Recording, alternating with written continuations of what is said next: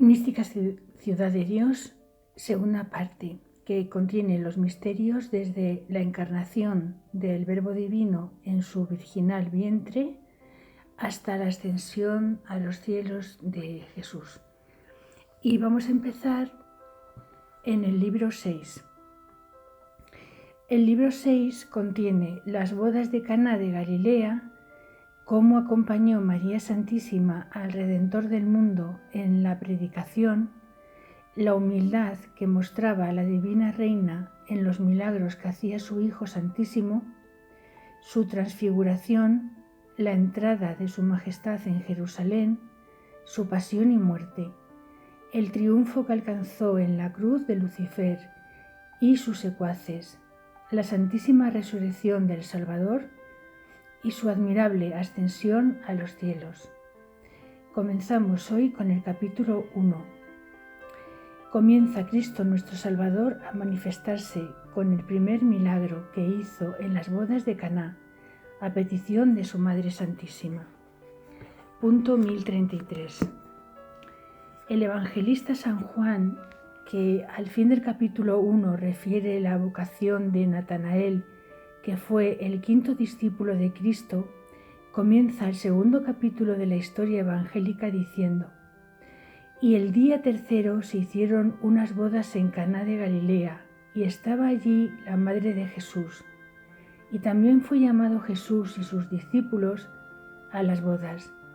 de donde parece que la Divina Señora estaba en Caná, antes que fuese llamado su Hijo Santísimo a estas bodas. Y para concordar esto con lo que dejó dicho en el capítulo pasado y entender qué día fue este, hice algunas preguntas por orden de la obediencia, a las cuales me fue respondido que, no obstante las opiniones diferentes de los expositores, la historia de la reina y del Evangelio se conforman, y que el suceso fue en esta forma. Cristo nuestro Señor, con sus 5 apóstoles o discípulos, entrando en Galilea, fue derecho a Nazaret, predicando y enseñando. En este viaje tardó algunos días, aunque no muchos, pero fueron más de 3. Llegando a Nazaret, bautizó a su Beatísima Madre, como queda dicho, y luego, con sus discípulos, salió a predicar a unos lugares vecinos. En el ínterin fue la Divina Señora a Caná, convidada a las bodas que dice el evangelista, porque eran de unos deudos suyos en 4º grado por la línea de Santa Ana. Y estando la gran reina en Caná, tuvieron los novios noticia de la venida del Salvador del mundo, y que tenía ya discípulos, y por disposición de su Madre Santísima y del mismo Señor, que ocultamente lo disponía para sus altos fines, fue llamado y convidado a las bodas con sus discípulos. Punto 1034. El día tercero, que dice el evangelista, se hicieron estas bodas. Fue el tercero de la semana de los hebreos, y aunque no lo dice expresamente, tampoco dice que fue el tercero después de la vocación de los discípulos o entrada en Galilea, y si hablara de esto, lo dijera, pero moralmente era imposible que estas bodas sucediesen el tercer día, después de la vocación de los discípulos, ni de la entrada en Galilea, porque Caná está en los confines de la tribu de Zabulón, hacia la parte de Fenicia, y septentrional, donde estaba la tribu de Aser, respecto de Judea, y dista mucho desde todos los términos de Judea y Galilea, por donde entró el Salvador del linaje humano. Y si al día tercero fueron las bodas, no quedaban más de 2 días para llegar de Judea a Caná, que hay 3 jornadas, y también estaría cerca de Caná primero que le convidasen, y para esto era necesario más tiempo. Y a más de todo esto, para pasar de Judea a Caná de Galilea, estaba primero Nazaret, porque Caná está más adelante hacia el mar Mediterráneo, y vecina de la tribu de Aser. como he dicho, y el Salvador del mundo primero fuera a visitar a su Madre Santísima, que no ignorando su venida, como es cierto que la sabía, le aguardara sin salir de ella al tiempo que se acercaba. Y si el evangelista no dijo esta venida ni el bautismo de la Divina Señora, no fue porque no sucedió, sino porque solo dijo él y los demás lo que pertenecía a su intento. Y también confiesa el mismo San Juan que se dejaron de saber muchos milagros que hizo nuestro Divino Maestro, porque no fue necesario escribirlos todos, y con este orden queda entendido el Evangelio y confirmada con él esta historia en el lugar citado. Punto 1035. Estando la reina del mundo en Caná, fue convidado su Hijo Santísimo con los discípulos que tenía a las bodas, y su dignación que lo ordenaba todo, aceptó el convite. Y fue luego a él para santificar el matrimonio y acreditarle y dar principio a la confirmación de su doctrina, con el milagro que sucedió, declarándose por autor de él.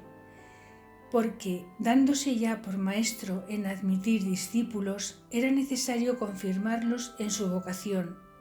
y autorizar su doctrina para que la creyesen y admitiesen. Y por esta razón, aunque su Divina Majestad había hecho otras maravillas ocultamente, pero no se había declarado ni señalado por autor de ellas en público, como hasta aquella ocasión, que por eso llamó el evangelista a este milagro principio de las señales que hizo Jesús en Caná de Galilea, y el mismo Señor dijo a su Madre Santísima que hasta entonces no había llegado su hora. Y sucedió esta maravilla el mismo día que se cumplió 1 año del bautismo de Cristo nuestro Salvador, y correspondió a la adoración de los reyes, como lo tiene la Santa Iglesia Romana, que celebra en un día estos 3 misterios a 6 de enero, y la edad de Cristo nuestro Señor era cumplidos 30 años, y entrado en 31 los 13 días que hay de su Natividad Santísima a la Epifanía. Punto 1036. Entró el Maestro de la Vida en la casa de las bodas, y saludó a los moradores, diciendo: La paz del Señor y la luz sea con vosotros. Como verdaderamente estaba asistiendo su Majestad con ellos. Y luego hizo una exhortación de vida eterna al novio, enseñándole las condiciones de su estado para ser perfecto y santo en él. Y lo mismo hizo la Reina del Cielo con la esposa, a quien con razones dulcísimas y eficaces la amonestó de sus obligaciones, y entrambos cumplieron perfectamente con ellas en el estado que dichosamente recibieron con asistencia de los reyes del cielo y tierra. Y no puedo detenerme a declarar que este novio no era San Juan Evangelista. Basta saber que, como dije en el capítulo pasado, venía ya con él Salvador por discípulo. Y en esta ocasión no pretendió el Señor disolver el matrimonio, sino que vino a las bodas para autorizarlas y acreditarlas y hacer santo y sacramento al matrimonio. Y no era consiguiente a este intento disolverle luego, ni el evangelista tuvo jamás intento de ser casado. Antes bien, nuestro Salvador, habiendo exhortado a los desposados, hizo luego una ferviente oración y petición al Eterno Padre, suplicándole que en la nueva ley de gracia echase su bendición sobre la propagación humana, y desde entonces diese virtud al matrimonio para santificar a los que en la Santa Iglesia lo recibiesen, y fuese uno de sus sacramentos. Punto 1037. La Beatísima Virgen conocía la voluntad y oración de su Hijo Santísimo, que su Hijo Santísimo hacía, y le acompañó en ella, cooperando a esta obra como a las demás que hacía en beneficio del linaje humano. Y como tenía por su cuenta el retorno que los hombres no daban por estos beneficios, hizo un cántico de alabanza y loores al Señor, convidando a los santos ángeles que le acompañasen en él, y así lo hicieron, aunque solo era manifiesto al mismo Señor y Salvador nuestro, que se recreaba en la sabiduría y obras de su purísima Madre, como ella en las del mismo Hijo.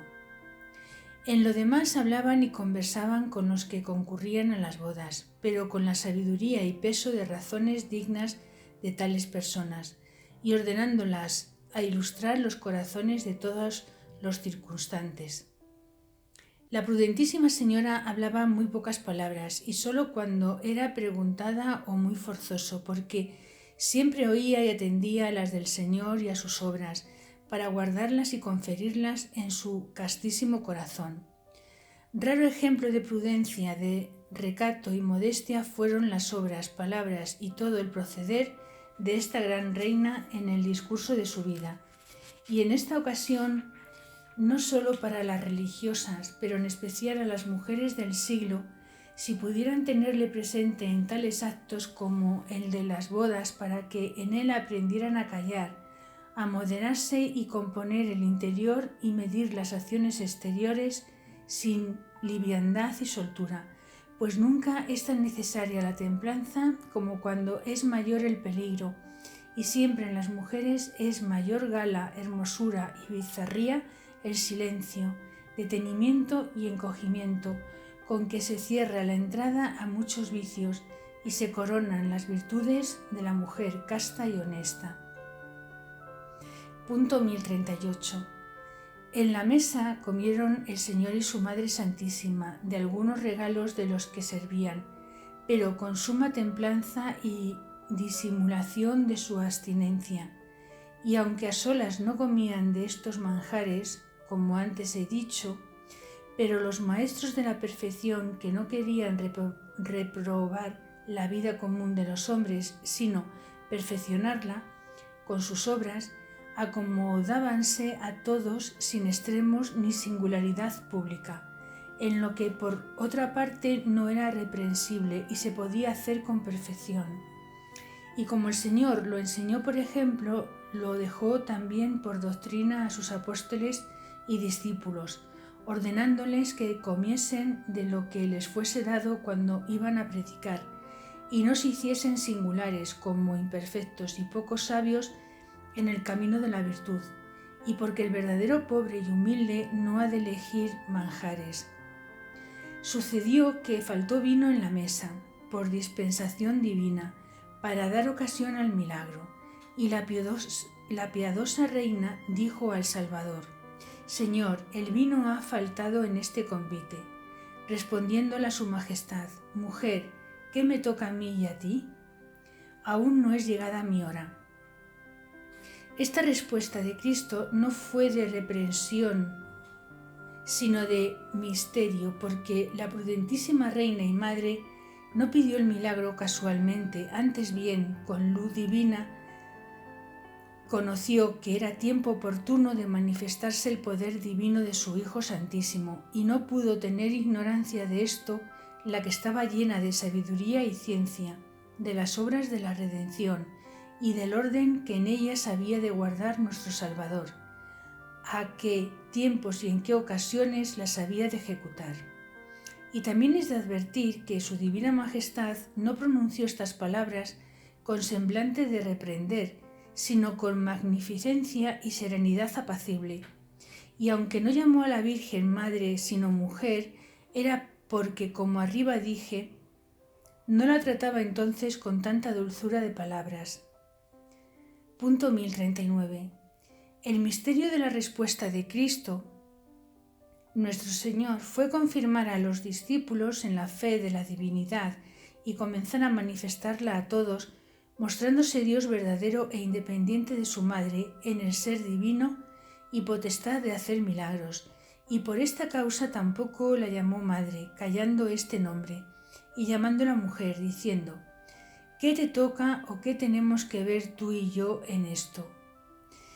Que fue decir: «La potestad de hacer milagros no la recibí yo de ti, aunque me diste la naturaleza humana, en que los he de obrar, porque solo a mi divinidad toca el hacerlos, y para ella no es llegada mi hora. Y en esta palabra dio a entender que la determinación de las maravillas no era de su Madre Santísima, sino de la voluntad de Dios, no obstante que la prudentísima Señora lo pedía en tiempo oportuno y conveniente.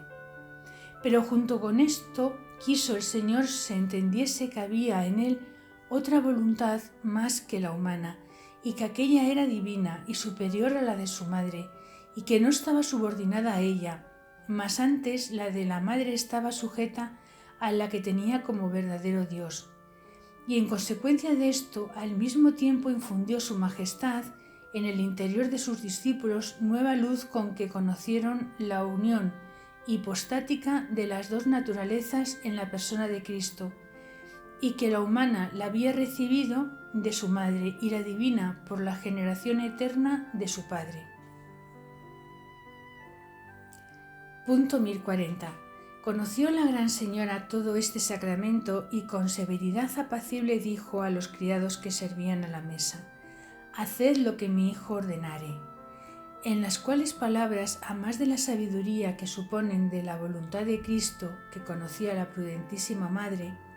habló como maestra de todo el linaje humano, enseñando a los mortales que, para remediar todas nuestras necesidades y miserias, es necesario y suficiente de nuestra parte hacer todo lo que manda el Señor y los que están en su lugar. Tal doctrina no pudo salir menos que de tal madre y abogada que, deseosa de nuestro bien y como quien conocía la causa que suspende o impide el poder divino para que no haga muchas y muy grandes maravillas, quiso proponernos y enseñarnos el remedio de nuestras menguas y desdichas, encaminándonos a la ejecución de la voluntad del Altísimo, en que consiste todo nuestro bien.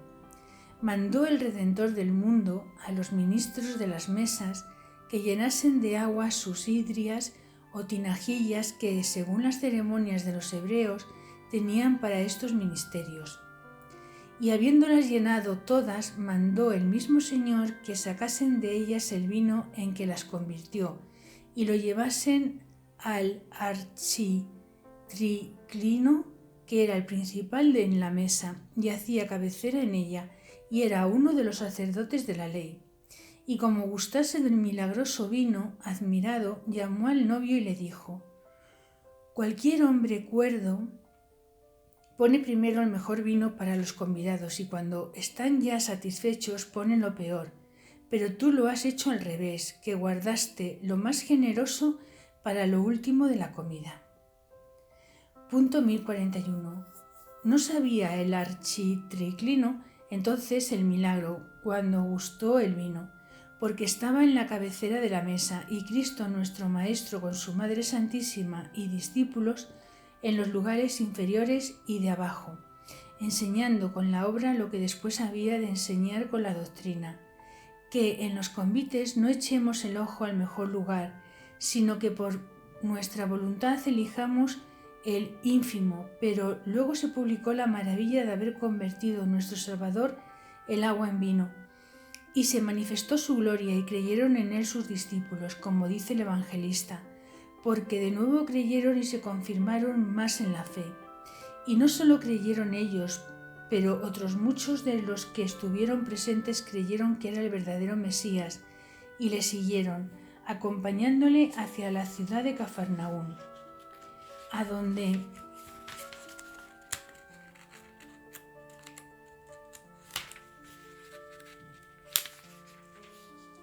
con su madre y discípulos dice el evangelista que fue su majestad desde Caná, y allí dice San Mateo que comenzó a predicar, declarándose ya por maestro de los hombres. Y lo que dice San Juan, que con esta señal o milagro manifestó el Señor su gloria, no es negar que hizo otros primero en oculto, sino suponerlo, y que en este milagro manifestó su gloria, que no había manifestado antes en otros, porque no quiso ser conocido por autor de ellos,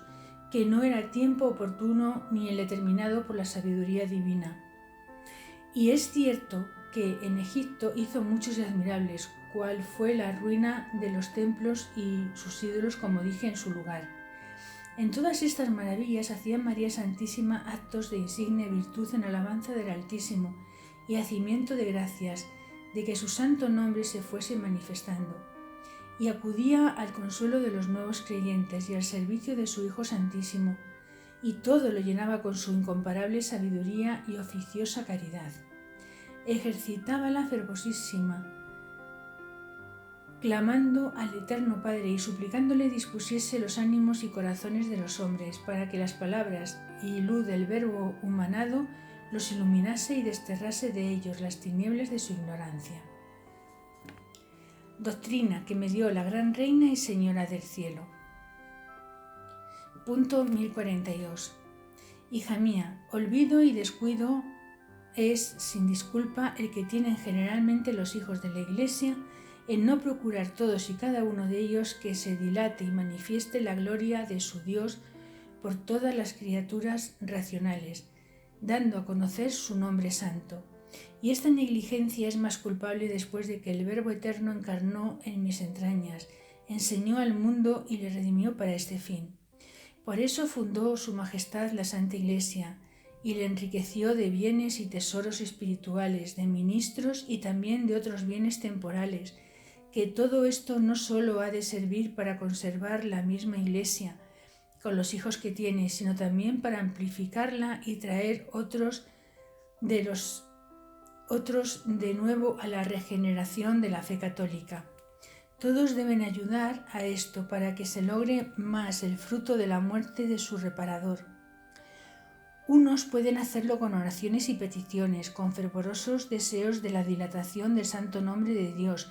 otros con limosna, y otros con diligencias y exhortaciones, y otros con su trabajo y solicitud.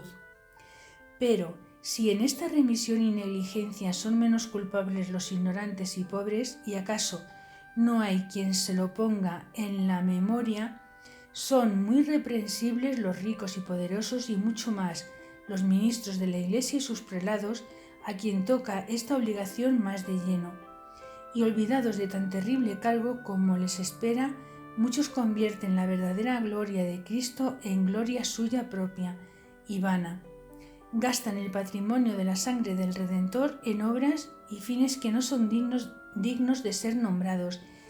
y por cuenta suya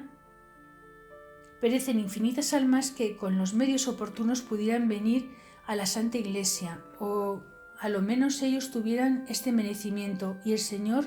la gloria de tener tan fieles ministros en su Iglesia. Y el mismo cargo se les hará a los príncipes y señores poderosos del mundo, que recibieron de la mano de Dios honra, hacienda y otros bienes temporales para convertirlos en gloria de su majestad, y ninguna cosa menos advierten de esta obligación. Punto 1043. De todos estos daños quiero que te duelas y que trabajes cuanto alcanzaren tus fuerzas para que sea manifestada la gloria del Altísimo y conocido de todas las naciones, y que de las piedras resuciten hijos de Abraham, pues para todo es poderoso, y para traerlas al suave yugo del Evangelio, pídele que envíe obreros y ministros idóneos a su Iglesia, que es grande y mucha la mies, y poco los fieles trabajadores y celosos de granjearla. Sea para ti ejemplar vivo lo que te he manifestado de mi solicitud y maternal amor, con que trabajaba con mi Hijo y Señor en granjearle las almas y conservarlas en su doctrina y séquito, y nunca en el secreto de tu pecho se apague la llama de esta caridad y celo. Y también quiero que mi silencio y modestia que has conocido tuve en las bodas sea arancel inviolable para ti y tus religiosas, con que medir siempre las acciones exteriores, el recato, moderación y pocas palabras, en especial cuando estáis en presencia de hombres, porque estas virtudes son las galas que componen y asean a la esposa de Cristo, para que halle gracia en sus divinos ojos.